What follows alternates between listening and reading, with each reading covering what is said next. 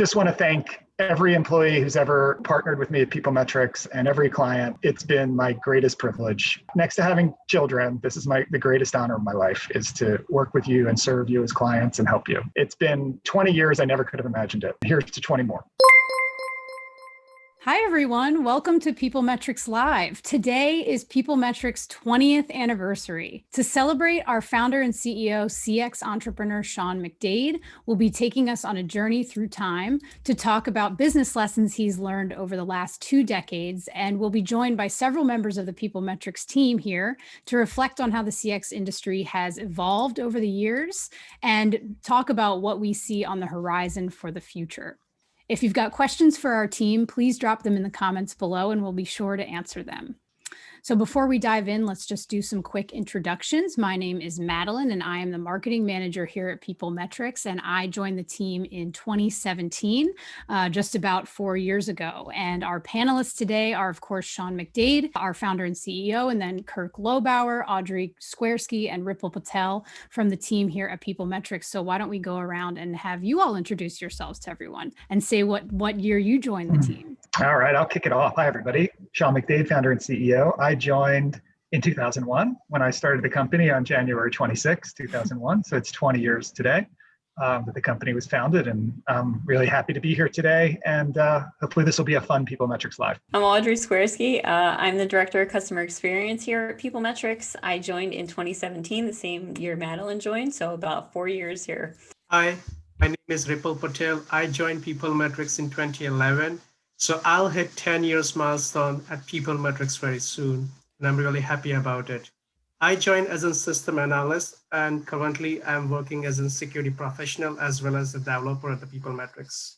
Hi, everybody. I'm Kirk Lobauer. I joined in 2012, and I first started as an intern and then as an analyst on our projects, then as a project manager on our projects, and now I'm on the business development team. So I'm here to talk about everything we do. All right. So Sean, you have been here from the very, very beginning of 2001. Why don't you kick off our celebration today? Yeah, I mean, this will be a little bit of a different PeopleMetrics Live. I'm going to be sort of more of the MC today, and I'll take us through some different key events in PeopleMetrics history. And we're gonna do some visuals today, which we usually don't do, although every once in a while we do this. But it's 20 years. And so much has changed in both the world and the customer experience, employee experience industry since 2001. So we thought we'd sprinkle in some kind of nostalgic pictures of PeopleMetrics with some of the great people that have been at the company. And that's the first business lesson I'll share with everybody, whether you're an entrepreneur or whether you're heading a team for CX or EX. Like, people are really everything with a business. Having great people, and there's 4 of my colleagues on the line here with me in this Zoom call, which are incredibly great, talented people. But I think the first entrepreneurial lesson I learned, and I started this with nobody, like it was just me in an office, and I think we'll have a couple pictures of that office. Yeah, that was the first office on 12th Street. That was me in our first office. That's when I had hair, back in the day. But you can't do everything yourself if you're an entrepreneur. And I think entrepreneurs grow when they start allowing great people to do their job, and you encourage them, you give them goals, you help them whenever possible. But at the end of the day, that's the key to any business, and that's believing in your people, recruiting good people, keeping them challenged, keeping them engaged. And that's just not things we say to our clients around employee experience and engagement. That's something we live at the company every day. Here's some pictures of our first office on 12th Street. That's me again. There's Deanna, which was the first employee at PeopleMetrics. Sanjeev, who was a long-time employee at PeopleMetrics, and now is at our sister company, Reason Research, that broke off from PeopleMetrics 5 or 6 years ago and does custom market research work in pharmaceutical industry. And we're still, friends with all of them there, and say hello to all of them if they're watching this today. So in the beginning, starting this company, it was very different than today. I came from more of a traditional market research background. When we did a study for a client, it would, there'd be a lot of good design work in terms of questionnaire design. We'd put it out in the field. It was telephone interviewing. It took a while to get the interviews done, weeks. And then once we get the data back, we had people creating crosstabs, and then I'd get the data back and I would, look through all these crosstabs and write up a report. It would probably be 6 weeks after the study fielded that the client would get any results. And I started PeopleMetrics because I felt like that was probably going to be too long and the world was going to converge in terms of real-time data and insights. That was our first website that we have here. And that's what we were doing. Like we were doing, I thought, really, really good market research, as good in terms of design and analysis as anyone, but we were getting the preliminary results to clients in real time. Like as soon as they responded, hit submit, we would get the results to our client. And at the time, that was really, really different. And now that's kind of expected in a lot of ways. But it's certainly gone. That was the beginning of what some of the things that we can do today in CX is based on. Like when we talk about operationalizing, customer experience feedback and getting it to every member of the organization, it started there when we were just able to figure out, okay, we can get results to people in real time. Now we're getting, granular results to specific people in the organization based on their data in real time every single day. So it's really, it's evolved as an industry, and it's obviously become much more technology driven, and we've certainly followed that and invested a lot in technology. Here was our first kind of landing page for folks. We called it e-survey, and we had a qualitative offer.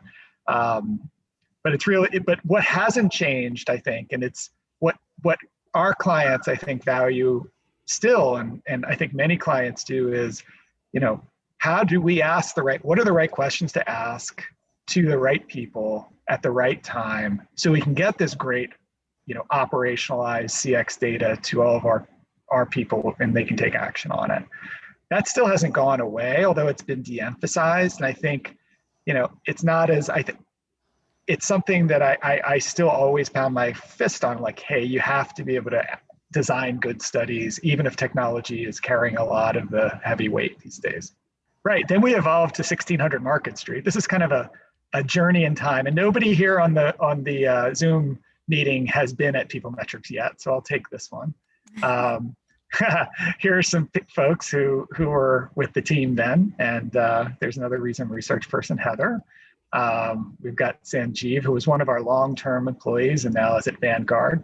And it's really rewarding, by the way, to see people who you helped, you hired as very entry-level people, and see them grow and evolve into incredible professionals, and in some cases doing unbelievable work beyond what the work I'm doing. It's very, very rewarding to see that happen.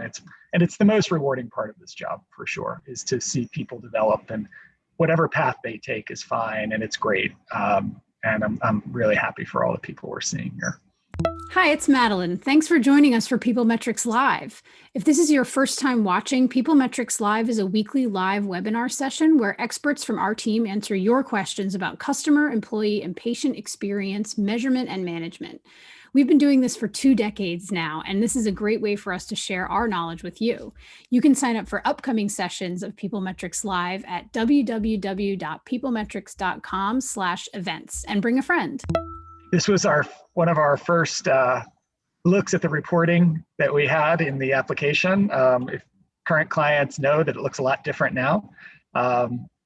It certainly was something that was good back then, but it sure does look dated today, doesn't it, folks? Yeah, that old Internet Explorer is ancient. Our application only worked on Internet Explorer for a long time. Okay, then we actually went to our street. It was a long journey, and a couple of you have joined me on this journey, right? Kirk and Ripple were both in that office, right? So yes. There's Merle again. Keep going. There's a bunch of people. There's Gary and Kate, 2 of my favorite people. Gary runs recent research. Kate is heading culture, diversity, and other things at Lincoln Financial Group. Incredible people, incredible talent. We would not be here today without both of them, that's for sure. And just an amazing group of people in these pictures as well. So I'm going to ask you guys a question. So I'll start with you, Kirk. you joined PeopleMetrics in what, 2012, you said? 2012, yeah. What when you joined the company and you were getting into this industry of customer experience, employee experience, and some market research that we were doing back then, what did you expect it to be, and then what has it evolved into?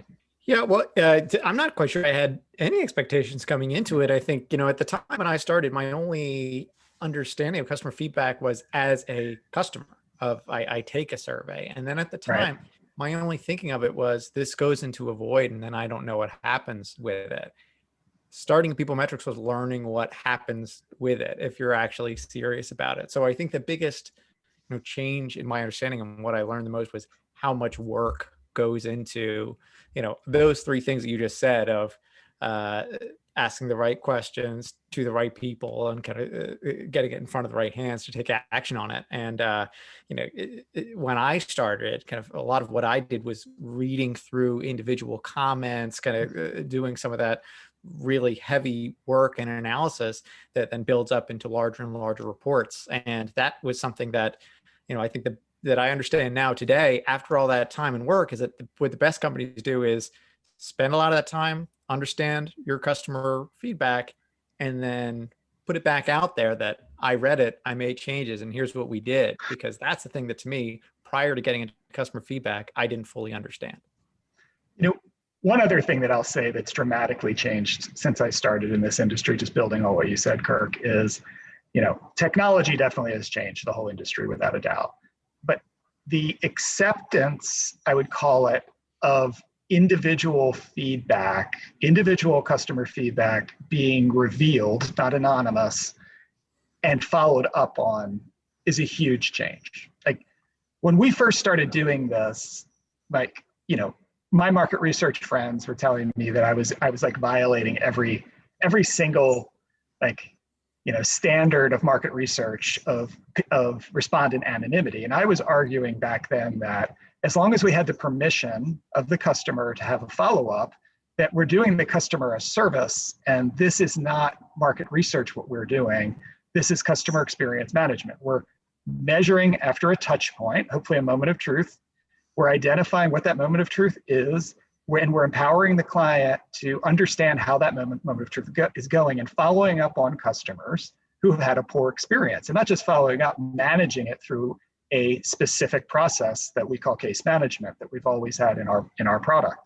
That was radically different. And I had like debates with people for the first 10 years of the company, even while we were at Arch Street, even in this phase, that's you can't do that. And I'm like, well, people are now, social. That's back when MySpace and the initial social media was going, and then we had Twitter and Facebook, and people were sharing what they had for lunch and everything else. And I'm like, you really don't think people want to follow up when they have a poor experience? I think they do. And now that is not. I don't even think that's controversial anymore, right, team? Like we don't have conversations about whether that's something that can happen. That just happens. So I just want to point that out, that this was still going on in this phase of the industry. Yeah, and one last thing I'd piggyback on that you mentioned, as far as just awareness. At the time, when I first joined, we were having a lot more conversations with clients about customer experience is not customer service. I think that's much better understood now. Just generally, folks understand that experience extends across it is the experience. It's everything that we provide to customers. It's not just when something goes wrong, how do I fix it? And that's that was a mindset shift that's been a long time coming.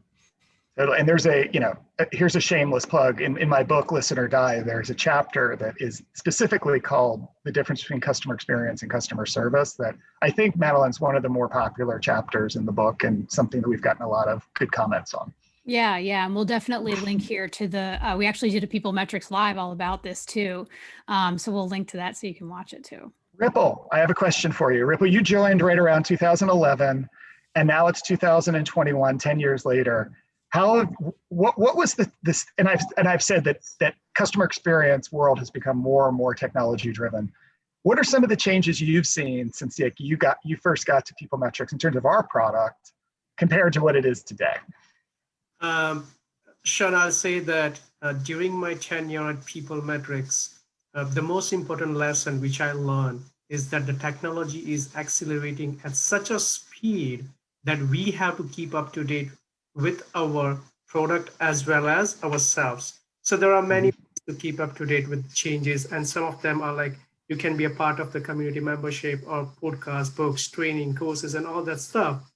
The reason I talked about keeping ourselves up to date first, then a product is if we keep up to date with the technology trend, then we direct the product in the right direction. And that's what exactly we did at the PeopleMetrics. As we are seeing through the slides, previously we used to use like ASPs and .NETs and that all kind of technologies. Instead of that, nowadays we are using like cloud services and the newer technologies, which like exactly matches the current trends. And that's what making our product successful. I mean, Audrey, I want to get you in the conversation. Like you joined, in 2000 in our current office, which we no longer are at, by the way. We are remote because of COVID, but this is where our office is. You've seen the product come a long way, right? From the days that you came in versus today. What are your insights on that? Yeah, even in just the last 4 years, there has been so much evolution of the product. And features added. So it's been pretty exciting to be a part of. But yeah, when I started, even my knowledge of customer experience was pretty limited. I was familiar with surveys, but more on the market research side of things. And I knew about focus groups, but I didn't know about e-focus groups, things that we do here. So it's been a great learning experience to kind of get up to speed on customer experience and how everything works. And really, I work directly with our clients. So I have a lot of, knowledge from things they've done and how the programs have impacted their bottom line and changed things at their companies, which is really exciting to see and be a part of. Did you know that you can watch past sessions of PeopleMetrics Live right here on our YouTube channel by simply clicking the link above? Be sure to check them out for answers to dozens of questions, along with stories, tips, and best practices from our team of experts. You can click the bottom right corner of this video to subscribe to our channel so you never miss an update. Yeah, and I'd say that this phase of the customer experience world has really shifted into, text analytics, machine learning, analytics on the fly within the platform. Like those are things like we've invested in and a lot of the industry is invested in. And, it would have been unheard of 10 years ago or longer to be able to see open-ended comments that could be at least made sense of in real time by a machine, not as good as a person, right? It's not what it's meant for, but at 85% of what a person can do, and identify trends at scale. It's really amazing, really what things like that can do. And the fact now it's really easy to show statistical significance within, for instance, our platform, where before we would have to shift it into an SPSS or SAS and run it and then get it back to the client. It's like there's so much more that you can do now on the fly than you ever could previously. And Audrey, you've seen that, right? Even evolve over the last few years. Yeah, I mean, the big thing with text analytics is being able to do it at scale. Most of our clients have analysts who can read comments, but nobody can read them in real time at scale. We have clients that get thousands of responses a day, and our text analytics allows them to kind of pinpoint what is important and then be able to focus on that rather than just trying to comb through comments.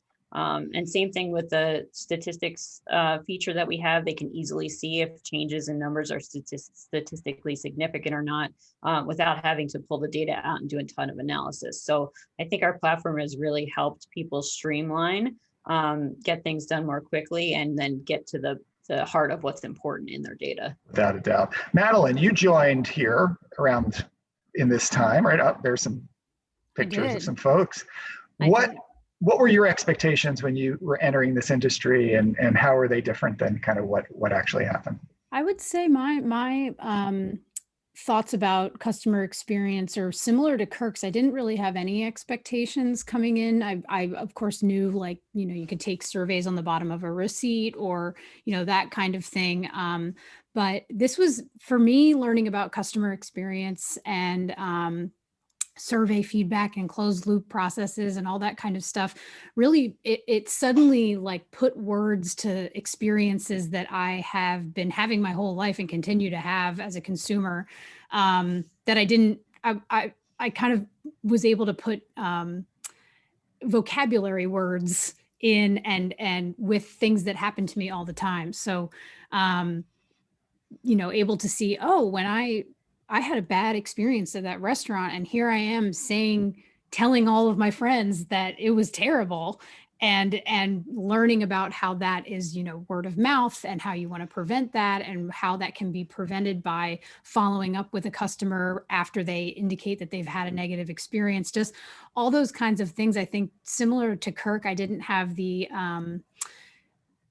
know that there was such a process behind survey feedback that actually is operationalized and used to improve the experience, so that you're avoiding those kinds of conversations happening on the consumer end, and you are getting more of the opposite, which is people going to their friends and saying, oh my gosh, the customer service person I just talked to was so cool, and they solved my problem, and I feel like we're friends. And the kinds of experiences that you remember when you've had a great experience with a brand. I just didn't know that all that stuff was behind surveys. And I think to this day I just continue to experience that myself just as a consumer. So I love it. Yeah, I think the cool thing about customer experience management, or experience management in general, is it still has the good parts about what market research does, and that's identify systemic issues that a company needs to focus on and fix in order to have a wide impact among all of their customers. And that's a really great thing about what market research does. But it also allows companies to understand what Madeline's personal experience was, understand if it was poor, you could follow up on it right away. And that provides kind of a dual benefit that I think this has that a lot of other types of research just does not have. And I think it's an amazing business benefit, and it's why it's become a category. Forrester, Gartner are covering this. It's a category, and there's reasons for that, because companies are getting a lot of value out of these programs.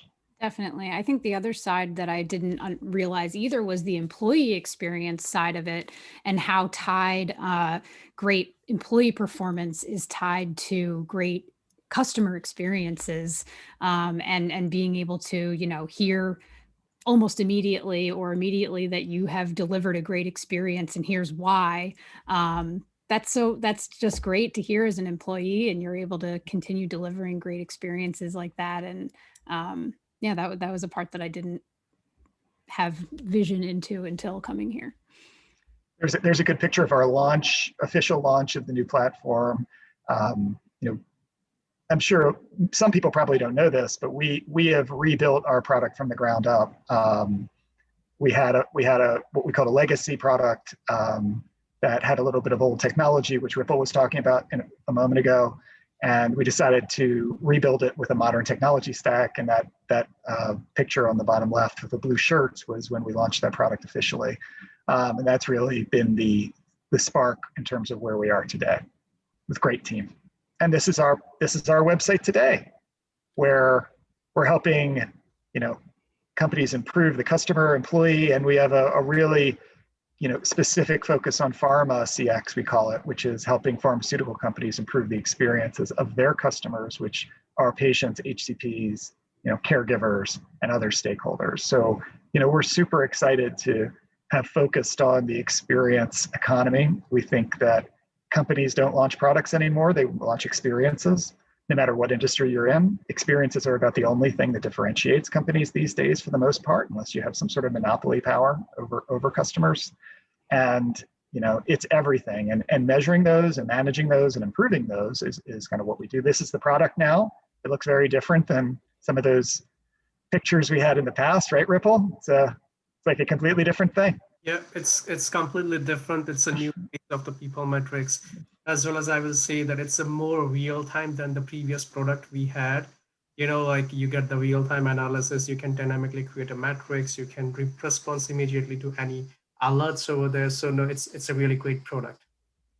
Yeah, and it's a privilege to get this data in the hands of our clients and their people every day, to see their data so they can make better decisions on behalf of their customers, clients, patients, whomever their key stakeholders are. And that's really what it's all about. This is all done to help our clients do a better job for their customers. And ultimately that makes the world, I think, a better place to live in, certainly a better place to do business in. And that's some of the current team today. We did a holiday video for some of our clients, all of our clients, I guess. And that's us waving at that point. All right, so we're at about 5 minutes left. Madeline, should we tackle some of the future stuff now? Sure, yeah. Let's just go around and Sean, I'll start with you on what do you think, we just spent this half hour looking back at the past 20 years and how things have changed. Obviously, change is accelerating as we go into the future. So what do you think will be trends for the next 20 years? I'll throw out a couple. And this one is counterintuitive, maybe given all the emphasis on technology in the space, but I think highly specialized vertical knowledge is going to become more and more valuable. So I think, pharmaceutical companies are going to want to buy from companies that know that industry, and telecommunications companies are going to want to buy from somebody who knows that industry. And the reason is at the end of the day, maybe somebody's technology is a little better or looks nicer than another, but if you're not asking the right questions to the right people to get the results that you can act on in a language that your customers can understand and relate to, then the technology doesn't matter, right? So I think that's a huge trend that's going to continue. And I think we're seeing that already. I think highly specialized vertical knowledge is absolutely key. Our founder and CEO, Sean, wrote an amazing book about customer experience measurement called Listen or Die, 40 Lessons That Turn Customer Feedback into Gold. It's a deep dive into best practices for CX measurement based off of his years of experience in the space, and you can easily read it front to back on an airplane ride. You can pick up your copy today. It's available now on Amazon. And I think we're going to see more and more non-survey data get attached to the products. So operational data, whatever you want to call it, I think you're going to start seeing true 360 views of customers with data, not just on their survey, what they said on the survey, but sort of how they've behaved over time from data that the client has collected. So I think those are two things that I would point to that will shape the industry going forward. Audrey, Kirk, Ripple, what do you guys all think? Kirk, you want to kick it off? Yeah, I'm happy to kick it off. And I'll say kind of one for me that we've been seeing in recent years, and I think will continue to develop, is more and more industries understanding that they need to measure and define their customer experience. And I think, back when I started in 2012, you really just had these core industries that said, I'm in hospitality, I'm a restaurant, I need to measure the customer experience. Since then, that's really grown into everyone understands if my product is getting to an end customer, which every product is, I need to have some understanding of the experience throughout that. Specifically, I spend more of my time now working with pharmaceutical companies where they're understanding they need to make it as easy as possible for their patients to get access to their medication. And that was never something that was a defined understanding for them before. And it's even growing to just how are clinical trials going, not just what is your experience with medication. So I would suspect, and if you're on this call as a CX operator today, that's something that you need to be mindful of for the future is, am I collecting the full range of customer experience? Because probably you're not thinking with the full lens of how the customer gets to your end product. So that's where you should be thinking ahead. How about you, Audrey? What are you thinking about the future? I think that we're going to continue to see more and more people with access to this data within companies that are collecting it. I think probably the history of it was that it went to a core team of people who analyzed it and worked with it. But Something that we've done at PeopleMetrics is allow unlimited user licenses to access our platform so that everybody is able to see this data and understand what's going on. So I do think you have to have a targeted loop closing process and know what you're doing with it. But I think the more people that have access to it within an organization, the better off you are. Even, the call center rep should see what customers are saying. The site leader should know. And so I think we're going to continue to see that trend with more people looking at the data and understanding why it's important. How about you, Ripple? Anything you want to add to what we were talking about? Definitely. I'll say that the text analytics, or we can call it a machine learning, that's a really important part going forward, as it's going to analyze the results of the feedback very quickly in real time. That's really going to help out to understand the whole 360 view of the experience. Definitely, and I would add to that is certainly the present and future, and it's something that will only get more sophisticated in terms of identifying, themes from open-ended comments, as well as identifying trends even from quantitative data that's coming in. So Madeline, we're a little bit over. I think we have one question. Shall we try it? Yeah, definitely. So the question here is, how do you start a customer experience business in a culture that has serious issues with customer experience and service? That's a great question, first of all. And in fact, it's such a great question. It was #1 chapter in my book, Listen or Die. And that was titled, Everybody Wants to Be Customer Centric, but Nobody Knows What That Means or How to Do That. So here it, and I would recommend reading that chapter for sure in the book. But the way companies turn around an organization that may not be performing the way they want to with regard to customer experience is they need to take a step back. Leadership, it's really important to start there, has to believe that the customer experience is important. And if they believe that's important, then that solves a lot of issues. And then the next step always, in my opinion, is to set up a listening program around a key moment of truth or a touch point that matters a lot to your customers. And that data, that customer feedback doesn't sit in a silo. It sits across the organization. Everybody has visibility to it. The data gets put in the hands of people who can change the experience for those customers or clients, and you systematically work it. There's no like magic bullet on this, but the magic bullet really is, if there isn't one, it's identify that #1 moment of truth, start listening and start following up and acting on that feedback. And then things will start to slowly change. You'll start delivering better customer experiences. You'll have less problems. People will start seeing, wow, this part of the organization is really performing well and it can make a difference. And then that's kind of, that will spread across the organization. But Audrey, Kirk, I'd love to hear your thoughts on that one as well. Yeah, I think kind of what I'd add to that I think that is a great question. As far as Sean's right, you need to start with leadership buy-in. I think that's also, I think, a very easy place to start, because there are so much information out there about how customer satisfaction relates to customer churn, it relates to customer spend, it relates to loyalty. So making that case is very clear, because we get to say, we need to know this, we need to improve it. And also, I would suspect if you have a bad, or if you suspect there's a poor customer experience or poor customer service today, you've probably heard some of that from customers. You probably have an email or some feedback from customers, or you can say, this is why customer satisfaction matters, X, Y, Z. And also, we're hearing kind of nuance or aspects of this from customers today. So we need to measure it. And then from there, you go on to that point where you show and prove. You start with a program at a key touch point, show how then, where our scores are improving, we've identified items and we're taking action. And that's how you grow from there. Yeah, the first thing I thought of was identifying a moment of truth that really impacts your business. And I think using that to get leadership buy-in will help you. If you can, like Kirk said, figure out where people have already provided some sort of feedback and said there's a problem, and go to your leadership with a solution, with a suggestion for how to improve it, you're already part of the way there. Yeah, and I would say that building an ROI case based on that moment of truth, or even beforehand, is huge in terms of getting leadership buy-in.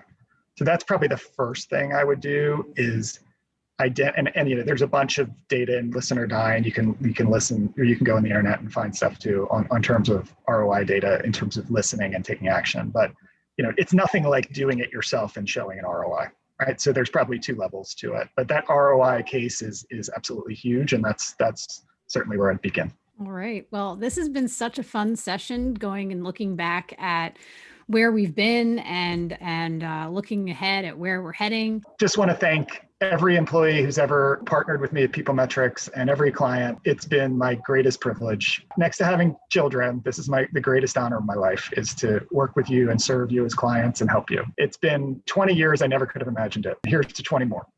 And on behalf of everyone here at PeopleMetrics, thank you for joining us for PeopleMetrics Live. If you liked this video, make sure to subscribe right here so you never miss an update. And have you checked out other sessions of PeopleMetrics Live yet? You can click right here to watch them all. I'll see you there.